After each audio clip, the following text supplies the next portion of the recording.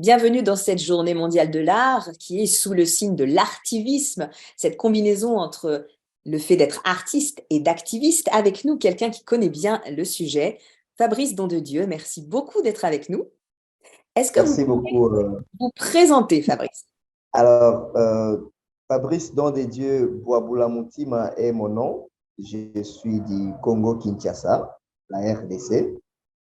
Et donc, je suis artiste, danseur, chorégraphe, comédien, mais également quelqu'un qui utilise l'art comme outil de résilience, de vivre mieux ensemble. J'utilise l'art comme outil de dialogue interculturel et ce qu'on considère aujourd'hui comme thérapie.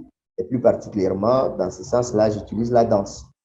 Et donc, avec mon travail, je suis basé à Kinshasa, je travaille avec des jeunes de la rue, je travaille avec des filles victimes de viols, et on entre aussi dans des zones difficiles où parfois l'art n'a pas accès parce que les gens ont vécu certains traumas. Et nous, grâce à l'art, on arrive à développer une réparation, si on peut dire comme ça, entre guillemets, des lettres pour que lui-même soit bien en son sein, pour qu'il puisse donner le meilleur de lui au monde. Alors, pour mieux comprendre votre art, on va montrer une vidéo que vous m'avez envoyée. Ouais. Justement, on va vous voir en train de performer. Merci beaucoup.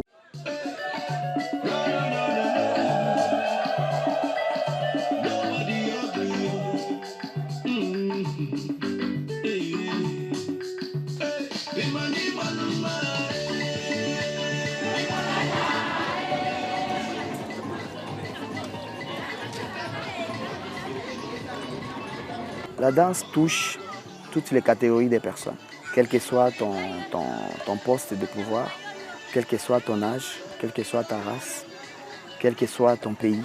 C'est quelque chose qui peut construire un être humain.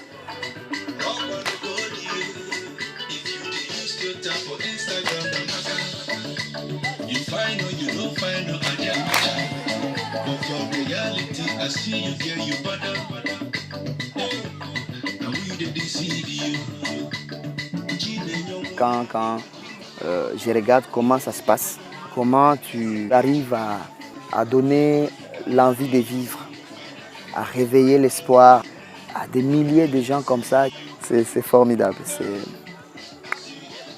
c'est incroyable, c'est inestimable.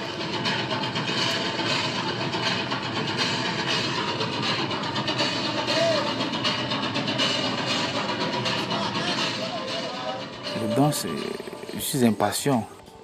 La danse donne le courage, la force. Dans mon rêve, je veux aussi devenir un grand danseur. Pour que d'ici demain, je devienne quelqu'un aussi pour former les autres. On leur dit, il faut croire à la vie, il faut croire que c'est encore possible et l'espoir est encore possible. Et c'est moi qui... C'est fort.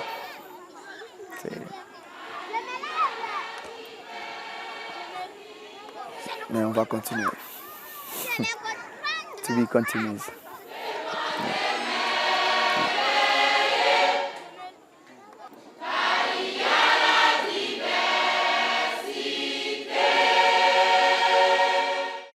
C'est une pièce très très forte et on sent combien vous-même vous êtes traversé par cette espèce de courant de vie que vous créez grâce à l'art. Alors dites-nous comment est-ce que ça se passe?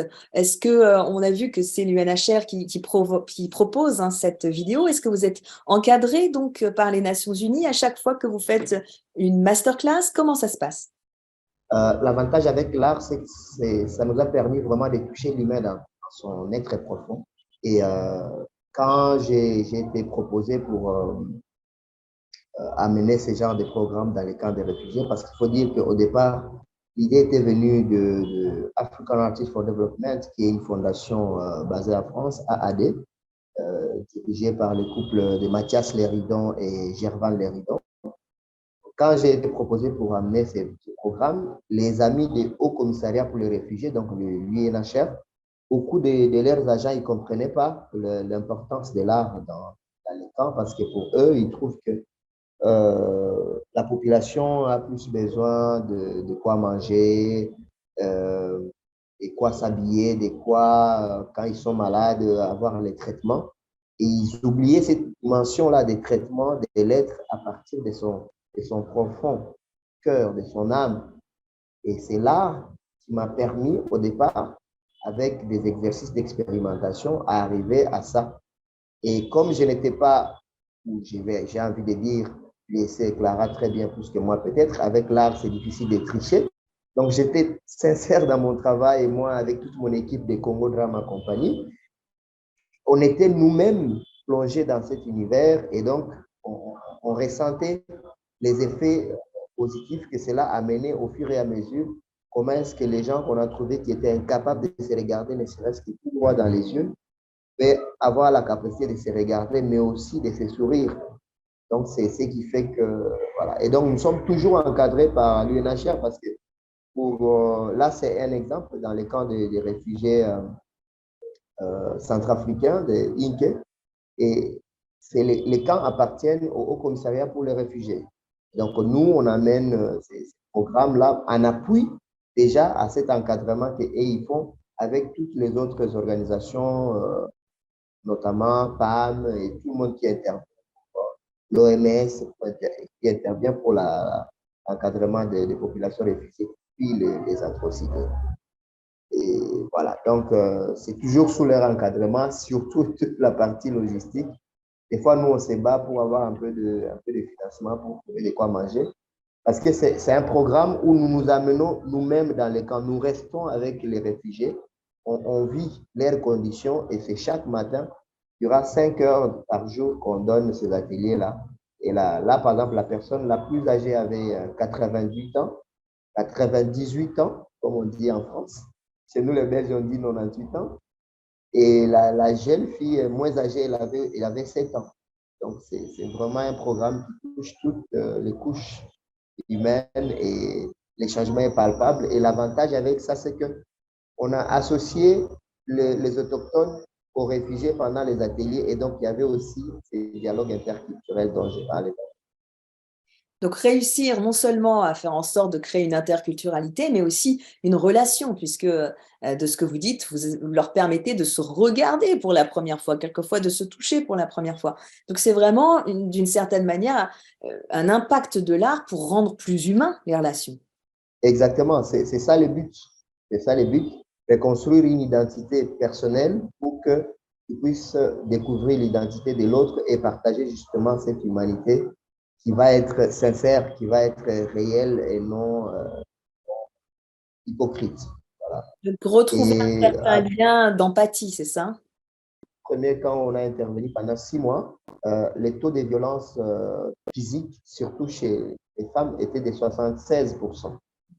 À notre départ, selon les chiffres et les statistiques de l'UNHCR, il était de 16%.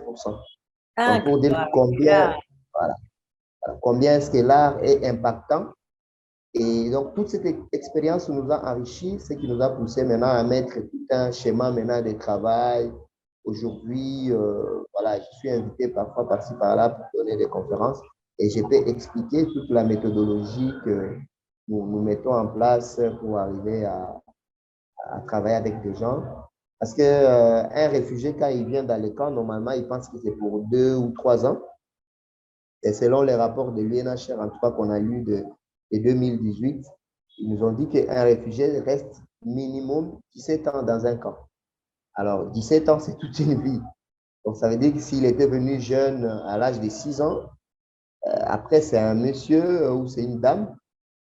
Et donc, si c'est un monsieur qui est venu avec 3 enfants, mais il a pu réussir à partir avec sa femme, après 17 ans, ils peuvent arriver à avoir encore 3 ou 4 autres. Nous sommes en Afrique, tu connais les réalités. Et donc, il doit faire les champs, il doit pêcher, et tout ça, ça crée des conflits avec les autochtones. Dans ces deuxièmes camps de la vidéo que vous avez diffusée là, à notre départ, les réfugiés, à chaque fois qu'il y avait deuil dans les villages qui a donné les noms au camp, qui est à 5 km, mais il y avait presque la moitié du camp qui pouvaient aller assister déjà à ces deuils.